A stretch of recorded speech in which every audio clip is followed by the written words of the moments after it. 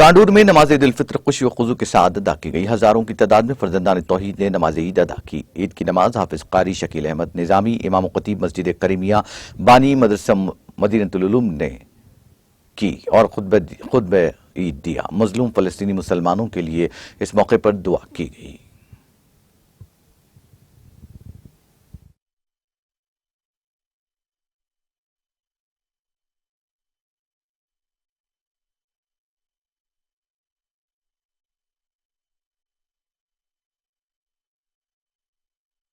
इसके लिए माफी चाहता हूँ। फिर भी मेरा फंड जितने भी है उसमें 100% हर एक साल देते गए। आपको पूरा डिटेल देता हूँ भाई, आप गुस्सा नहीं करना। नहीं भाई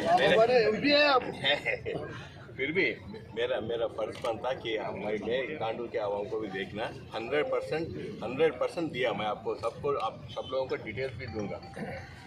उसके बाद में आने वाले 5 साल में भी अब सब लोग साथ रहना बोल के अभी कमाल अख्तर गए मालूम है। और जो ये ईदगाह के लिए भी और माइनॉरिटी वेलफेयर के लिए हमने जो काम किया, आज हम दिल लगा के बोल सकते हैं